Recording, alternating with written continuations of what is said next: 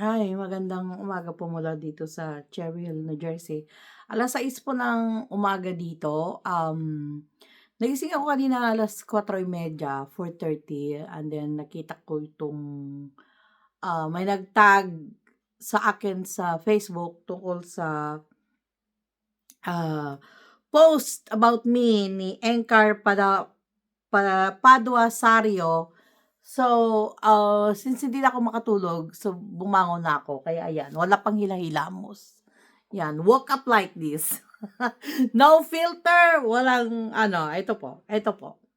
So, ngayon sasagutin kita, Encar Padua Sario. Maraming salamat ha at napansin mo yung video ko tungkol sa'yo. Actually, hinihintay ko na mapansin mo yung video ko tungkol sa'yo. Kasi unang-una, gaya ng sabi ko sa mga last na reaction video ko is that mini-message kita actually, ano, Encar, kasi gusto kitang ma-interview. Tungkol sa pagkle-claim mo na girlfriend ka ni Sir Paul ng Pugombiyero.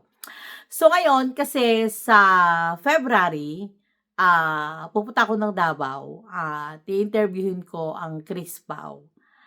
Si Sir Paul at saka si Chris na, i-interviewin ko sila. So sana, gusto ko sanang mangyari, ma-interview muna kita bago ako pumunta ng Davao. Kaya may message kita kaso naka-block lahat ang walang makapasok ng mga message sa'yo, no?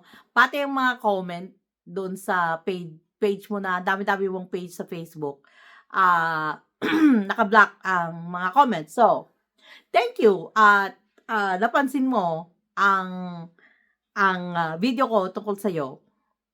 Kaya kung mapanood mo to at gusto mong ipaliwanag ang side mo, magpakita ka sa akin ng mga pruweba, ng mga proof na girlfriend ka nga talaga ni Sir Paul, no?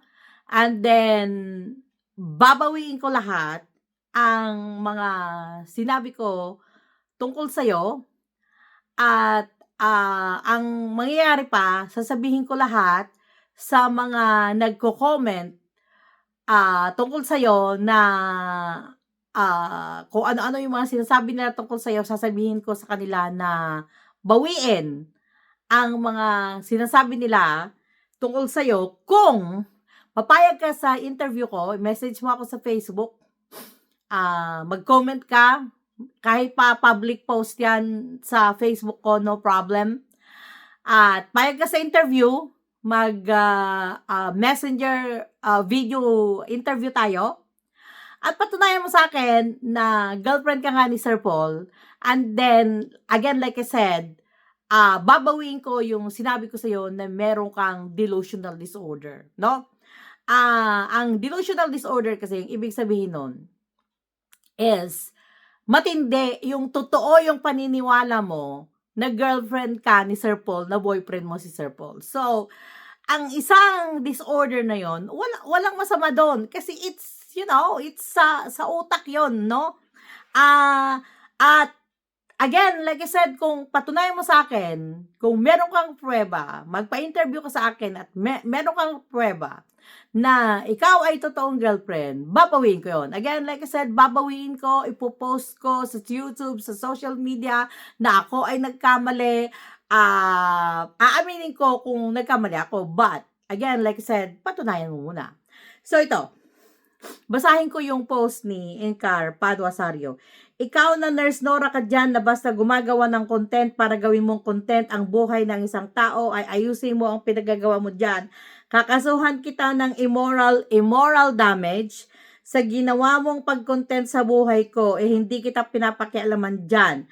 Kapag napatunayan ko na halos lahat ng nababasa ko sa comment section ng Pugong Bihero page na sinasabi ng mga followers meron kang sinasabi sa content mo na salitang delusional disorder, sino ka para magsalita ka ng ganyan sa content mo at akong pinagsasabihan mo ng ganyan ha?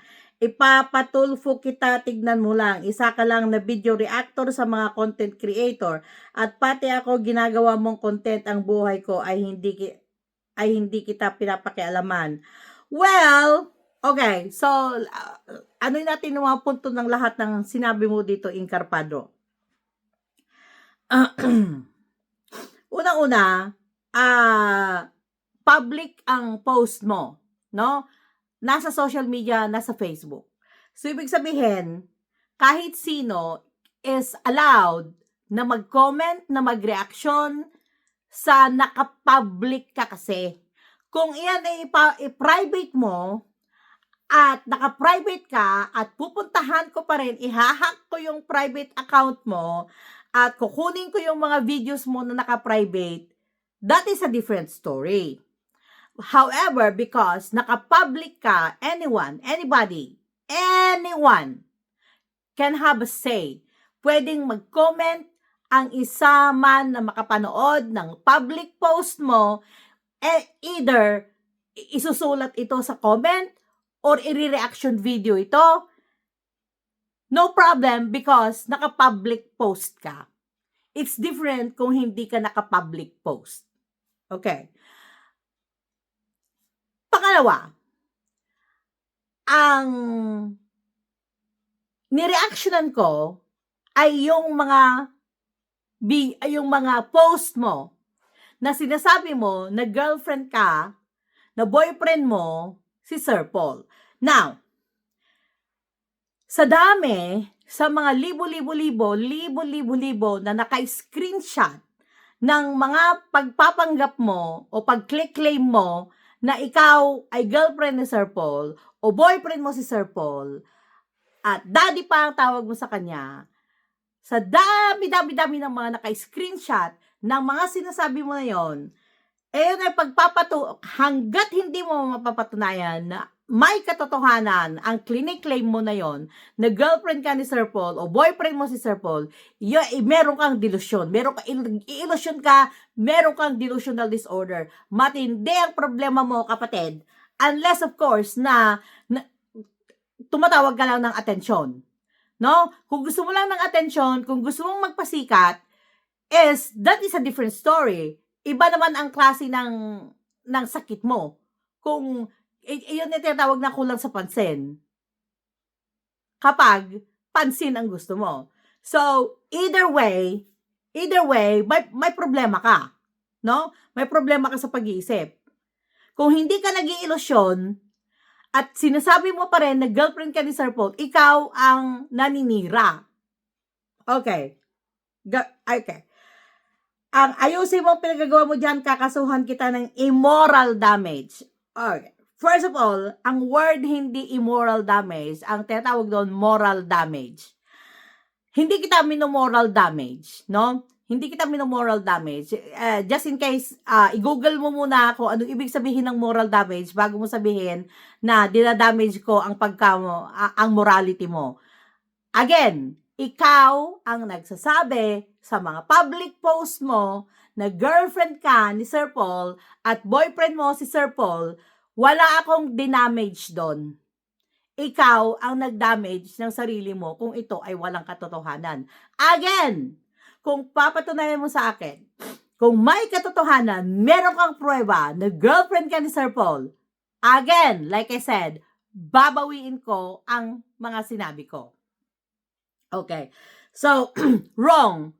I'm not damaging your morality. Yung sinasabi mong immoral damage, na kahit mali yung immoral, ibig sabihin moral damage, wala akong dinadamage sa morality mo. Dahil ikaw mismo ang nag-damage ng morality mo sa pag-claim mo na girlfriend ka ni Sir Paul. Naintindihan mo yon, Inkar? No? Okay. Kapag napatunayan ko na halos lahat ng nababasa ko sa comment section ng Pugong Behero page na sinasabi ng mga followers, meron kong sinasabi na content mo na salitang delusional disorder. Okay, again, patunayan mo sa akin na girlfriend ka na Sir Paul, itong delusional disorder na to, papalitan natin. Okay? But hanggang hindi mo mapapatunayan sa akin, meron kang delusional disorder dahil ang tindi ng paniniwala mo na girlfriend ka ni Sir Paul o boyfriend mo si Sir Paul. Ang tawag po doon, delusional disorder. Kung walang katotohanan. Sino ka para magsalita ka ng ganyan sa content mo at ako pinagsasabihan mo ng ganyan, ipapatulfo kita. Okay, samahan kita. Tara, punta tayo sa tulfo. Samahan kita. Kasi, hindi lang ako ang kasasama sa'yo. 10 ng mga napakaraming fans ng Chris Pao ni Krishna na ang dami nilang screenshot. Paki-comment nga po below kung yung mga sinasabi ng Inkar na to tungkol kay Krishna. Ikaw, Krishna, ang napakarami. Ikaw dapat ang makasuhan ng moral damage sa mga salitang sinusulat mo sa social media tungkol kay Krishna. So, ikaw dito ang makakasuhan ng moral damage. No? Unang-una, ikaw yung kung ano-ano yung mga sinasabi mo tungkol kay Krishna. Hindi mo kilala yung tao. Ito yung sinasabi ko sa iyo. Hindi mo kilala yung tao, pero kung ano-ano yung mga pinagsasabi mo, so ikaw ang mamomoral damage.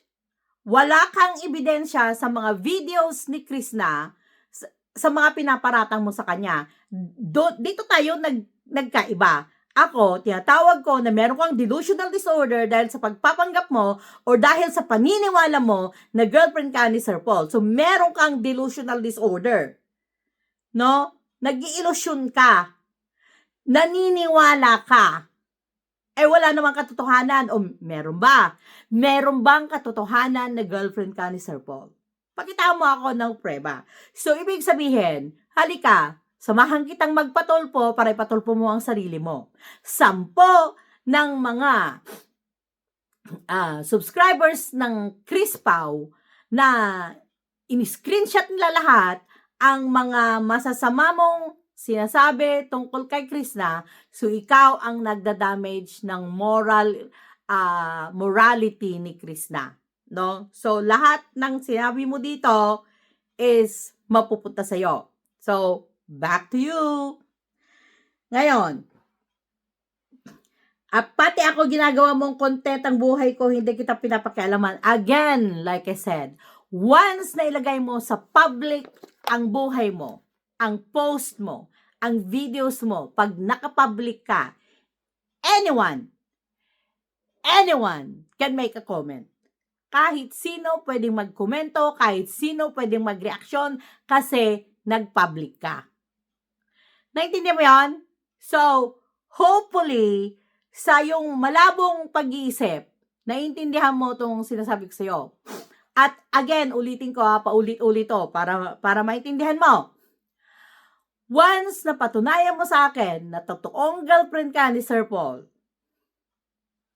babawiin ko lahat ang sinabi ko, sasabihin ko lahat sa mga followers, subscribers na naaasar sa'yo dahil sa pagpapanggap mo na girlfriend ka ni Sir Paul, sasabihin ko lahat sa kanila, mag-apologize sa'yo. No? But, give me a proof. Give me a solid proof. Otherwise, tuloy-tuloy ko ang sinasabi ko na meron kang delusional disorder. So ngayon, payag ka na interviewin kita? Message mo ako. I will interview you. Kung ayaw mong pa-interview, sa messenger ko, Nurse Nora Bahar, bigay ka sa akin doon ng proof sa messenger. Once you do that, at mapapatunayan ko na totoo kang girlfriend ni Sir Paul, atras ako. Mag-a-apologize ako sa lahat ng social media platform. Well, gumagamit lang naman ako ng YouTube tsaka Facebook. So, aside from that, wala akong ginagamit na iba. So, paki-comment below po sa mga fans ng Krishna, ng Chris Pao, yung lahat ng mga sinasabi ni Inkar Padua na to tungkol kay Krishna. Para dito natin sasabihin na ikaw actually, Inkar, ikaw ang nagmo-moral damage kay Krishna. So, ayan. Okay po, maliwanag. So, wala tayong i-edit sa video na to. Ipo-post ko na to para sana mapanood mo to, Inkar. Paki-share po ha, paki-share sa mga nanonood dito, paki-share po sa Facebook. Pakitag si Inkar Padua Sario nang sa ganun is makita niya itong video na to. Since nag-comment na rin naman siya sa akin at talagang binanggit niya yung pangalan ko. So, please, go ahead. Welcome. Thank you very much. Maraming salamat po sa inyong panonood. Wait ko, na-message ako ni Inkar para sa proof niya. At kung papayag siya sa interview, because again, like I said, sana, hopefully, ma-interview ko si Inkar bago ko ma-interview ang Chris Pao. Kasi malapit na po, nasa Davao ako ng first week ng February. So, malapit na po tayong magkita-kita sa mga taga Davao dyan.